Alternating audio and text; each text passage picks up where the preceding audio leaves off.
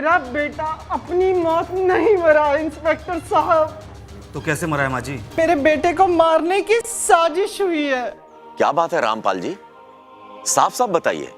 मेरे इकलौते बेटे प्रकाश की मौत हो गई। ओए इज्जतदार, क्यों अपने नाजुक शरीर को कष्ट दे रही? तुम्हारी पोल खुल चुकी है। अब सच सच बता दो, एक थप्पड़ का नजराना तो तुम्हें मिल चुका है, और भी आगे। शादी के बाद मेरी और प्रकाश की लाइफ बहुत अच्छी चल रही थी। हम दोनों के बीच में खुशियां ही खुशियां थी, प्यार ही प्यार था। लेकिन ये सब कुछ ज्यादा दिन तक नहीं चल पाया।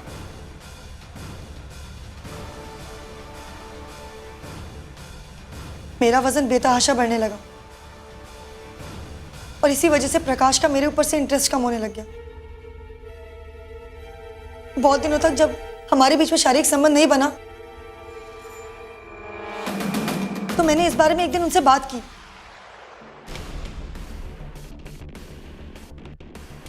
मेरी तरफ देखो।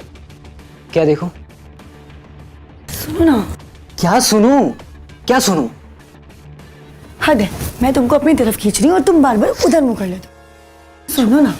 प्रिया देखो, रात के मैं तुम्हारी वाइफ हूँ प्रकाश। तो मैंने कब इनकार किया इससे? खामोशी की भी अपनी एक भाषा होती है। तुम नहीं समझते, लेकिन मुझे सब कुछ समझ में आता है। तुम्हें सब समझ में आता है? क्या समझ में आता है ये बताओ। यही कि आजकल तुम मुझसे खिंचे खिंचे रहते हो। प्रिया देखो प्लीज, रात बहुत हो चुकी है, मुझे परेशान मत करो। तुम भी सो जाओ और मुझे भी सोने दो। नहीं, मैं सोने नहीं दूंगी। आज मैं ये जानकर रहूंगी कि तुम्हारा चक्कर किससे चल रहा है। तुम्हें लगता है कि मेरा किसी से चक्कर चल रहा है? तो हाँ चल रहा है, जाओ पता कर लो। यानी कि मेरा शक सही है? कौन सा शक? तुम्हारी आशिकी का। और किसका? प्रिया, प्रिया तुम मुझ पे गलत इल्जाम लगा रही हो। अपनी बीवी को छोड़कर किसी और औरत के साथ अगर तुम गैर संबंध रखते हो और इसे इल्जाम लगाना कहते हो तो हाँ, मैं तुम पे इल्जाम लगा रही हूँ। प्रिया सुनो मेरी बात। प्रिया मैं तुम्हारी कसम खाता हूँ, मेरा किसी के साथ कोई संबंध नहीं है। प्रिया मैं तो बस, मुझे और कुछ नहीं सुनना है। यही वजह है कि तुम मुझसे खिंचे खिंचे रहते हो, इग्नोर करने लगे हो तुम मुझे। तुम जानते भी हो कितने महीने हो गए हम लोगों के बीच।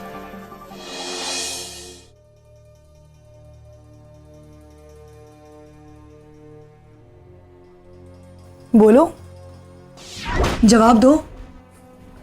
जब चोर चोरी करता है ना और उसकी चोरी पकड़ी जाती है तो वो तुम्हारी तरह बहाने ढूंढता है, और वही इस टाइम तुम कर रहे हो प्रकाश। प्रिया प्रिया मेरी बात सुनो। प्रिया प्रिया मेरा किसी के साथ कोई संबंध नहीं है, मैं तुम्हारी कसम खाता हूँ। अच्छा तुम मुझे प्रिया एक बात बताओ, क्या तुम्हारे पति को इतना भी हक नहीं कि उसकी पत्नी सुंदर हो, स्मार्ट हो, स्लिम हो? तो मैं तुम्हें सुंदर नहीं लगती? प्रकाश, अगर मैं तुमको सुंदर ही नहीं लगती थी तो मुझसे शादी क्यों की? प्रिया तुम सुंदर थी। सुंदर थी से तुम्हारा क्या मतलब है? प्रकाश, मैं वही प्रिया हूं, तुम्हारी प्रिया, कोई और नहीं हूं। प्रिया तुमने कभी अपने आप को आईने में देखा है? तुम्हारे इस बढ़े हुए वजन ने तुम्हारी सुंदरता छीन ली है, और तुम जो कहती हो कि मेरा इंटरेस्ट तुम्हारे में कम हो गया है, यही कारण है।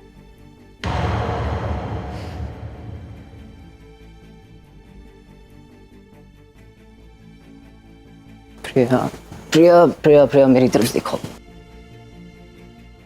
मेरे पास आओ, मेरी तरफ देखो। तुम एक काम करो, तुम कल से जिम ज्वाइन कर लो। जिम ज्वाइन करने के बाद मेरी प्रिया भी पहले की तरह सुंदर और खूबसूरत हो जाएगी। सच? चलो थोड़ी सी मस्ती करते हैं। मस्ती? मस्ती नहीं जानते हैं?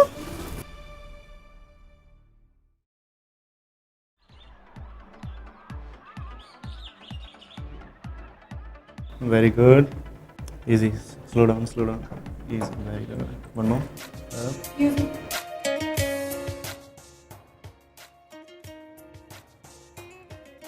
उसके बाद मैंने जिम ज्वाइन कर लिया और वहीं मेरी मुलाकात जिम ट्रेनर मोहित डागर से हुई।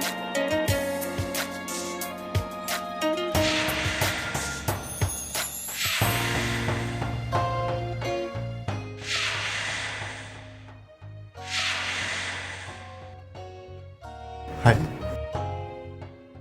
मे I help you? Sure, myself Priya Khattar. Mohit. Mohit Dagar.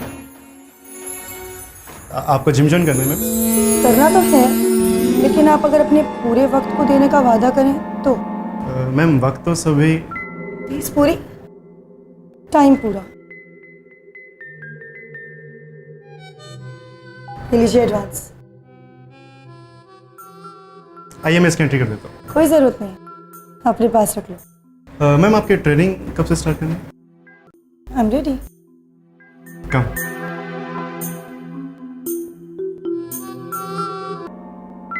भैया क्या कर रही हो? जिम में सीसीटीवी कैमरे लगे, मुझ गरीब की नौकरी चली जाएगी।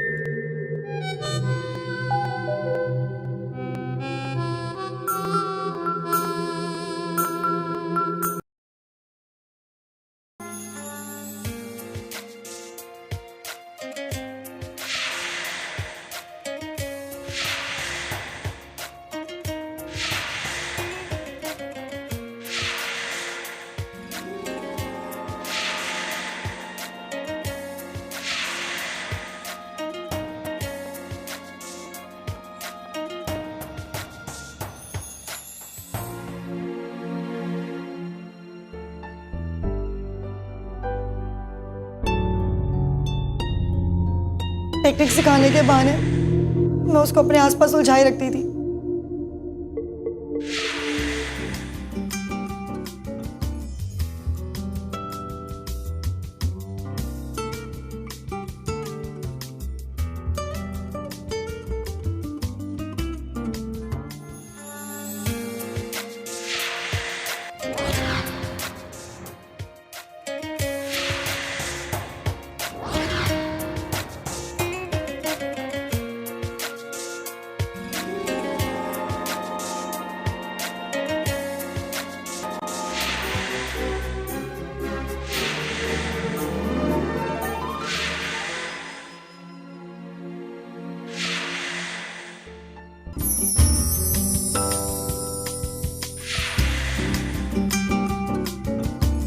जिम की वजह से मैं उसके बाद घर से भी जल्दी निकलने लगी थी और देर रात तक जिम में रहती थी।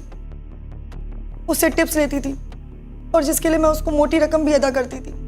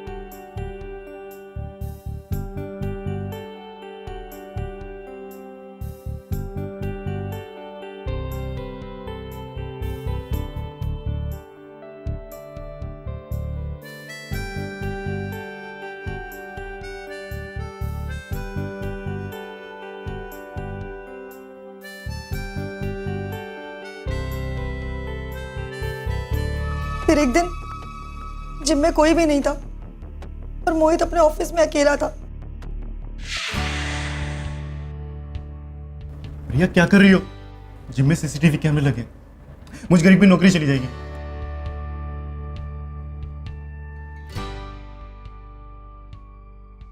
क्या है ये?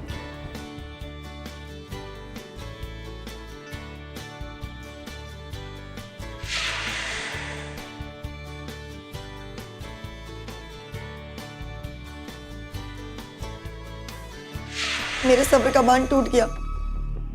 मन तो पहले ही मैं मोहित को दे चुकी थी। उस दिन तन भी उसके हवाले कर दिया।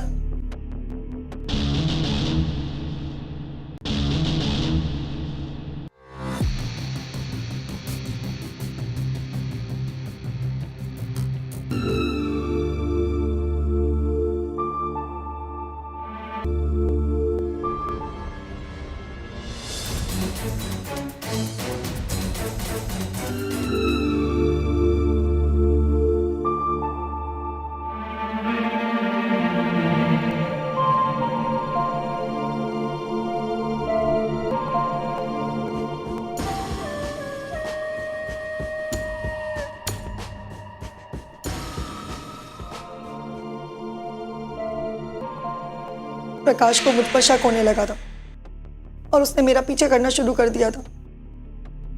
उसने मुझे और मोहित को कहीं देख भी लिया था और उसके बाद से तू अपने आप को शरीफ कहती है ना? अरे अगर तू शरीफ है तो फिर ये क्या है? क्या है ये?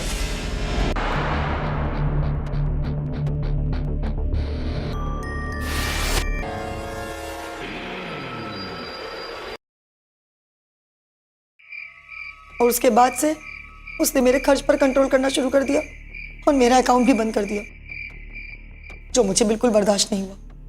और फिर एक रात मेरे सब्र का बांध टूट गया। मैं तुम्हारी बीवी हूं, कोई गुलाम नहीं।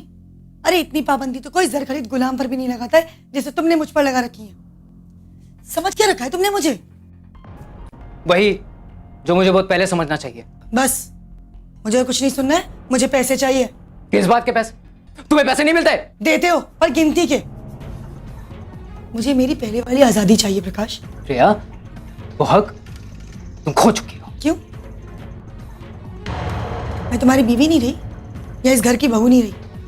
एक बात कान खोल के सुन लेना प्रकाश, इस प्रॉपर्टी पे जितना तुम्हारा हक है ना उतना मेरा भी है।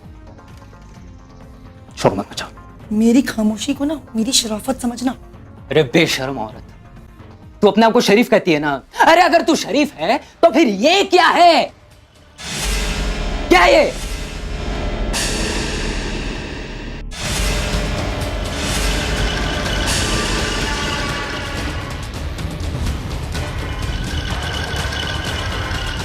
ये तुम असली मुझे कहां से मिली?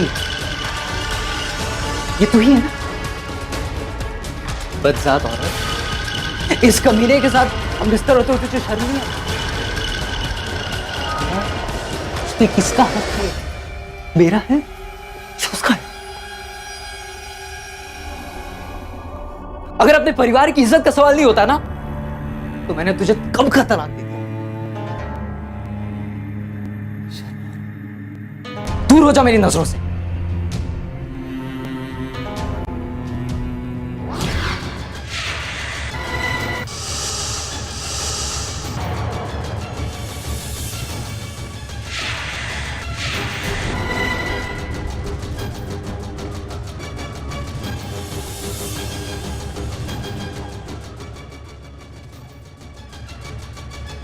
मोहित,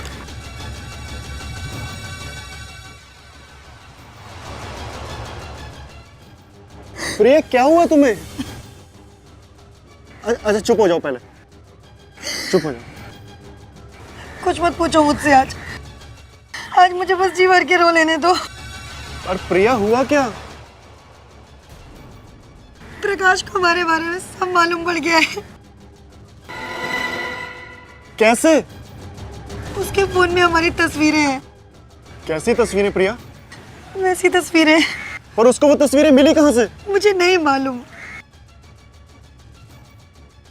प्रिया, अब हमें एक दूसरे को भूल जाना बेहतर होगा। क्या मोहित, मैंने अपनी खुशहाल जिंदगी में इसलिए आग नहीं लगाई थी। मैं तुम्हारे बिना एक पल नहीं रह सकती और तुम भूलने की बात कर रहे हो। प्रिया समझने की कोशिश करो। मैं एक गरीब आदमी हूं और तुम्हारा हस्बैंड करोड़ों का मालिक। अगर ऐसा है तो अब हमारा संगम एक ही तरह से हो सकता है। अगर हम प्रकाश को रास्ते से ही हटा दें तो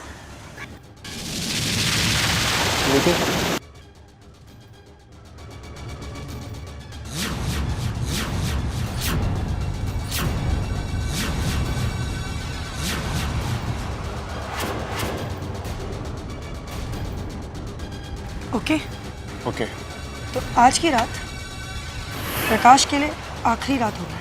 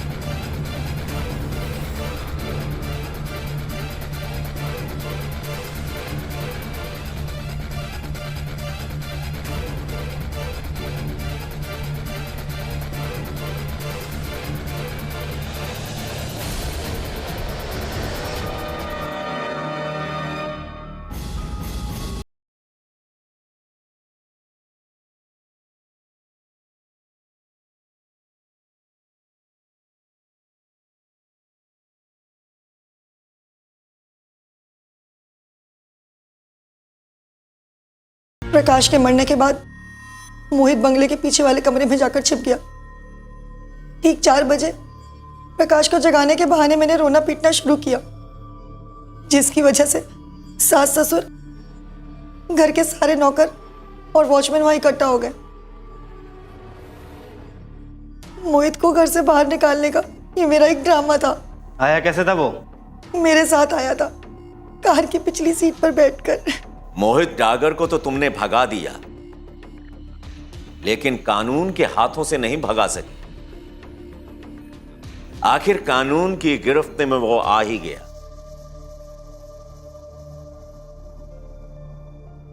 लो सर, पकड़ ला हीरो को, बहुत भगाया इसने। तूने लोगों को बताया कि प्रकाश के सीने में दर्द हो रहा था। तुमने डॉक्टर को बुलाना चाहा तो प्रकाश ने तुम्हें मना कर दिया और कहा कि तुम मेरे सीने को दबाओ।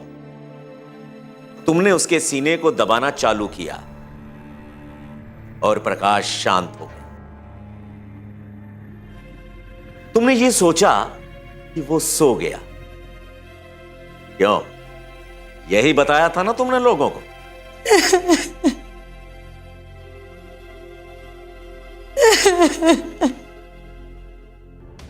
तुम सोच रही होगी कि हमने ये फोटोग्राफ कहां से और कैसे ली।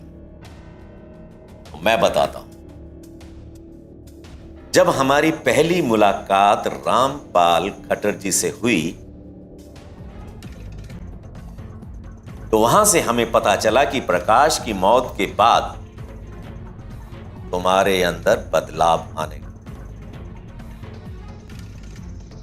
हमने खट्टर जी से एक कार की डिमांड की थी और अगले दिन मैं और नंदू कार में बैठे हुए इंतजार कर रहे थे। तभी तुम अंदर से सज धज कर बाहर आई, एक मॉडल की तरह। तभी वहां एक गाड़ी आकर रुकी। तुम उस गाड़ी में आगे वाली सीट पर बैठी और वो गाड़ी वहां से भागने लगी।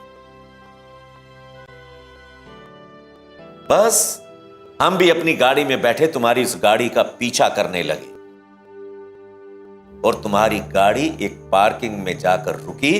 पहले तुम उतरी, उसके बाद उस गाड़ी में से तुम्हारा जिम ट्रेनर मोहित डागर, और तुम दोनों की वहां नजदीकियां देखकर हमने इस मोबाइल में कैच कर लिया। प्रकाश की मौत के बाद प्रिया में आए बदलाव ने प्रिया की करतूतों का पर्दाफाश कर दिया और फिर वो अपने प्रेमी के साथ सलाखों के पीछे पहुंच गई। अवैध संबंध अक्सर अपराध को जन्म देते हैं और अपराध का रास्ता जाता है जेल की 4 दीवारी तक। अगली कहानी में फिर मिलेंगे, तब तक के लिए इजाजत दीजिए। जय हिंद।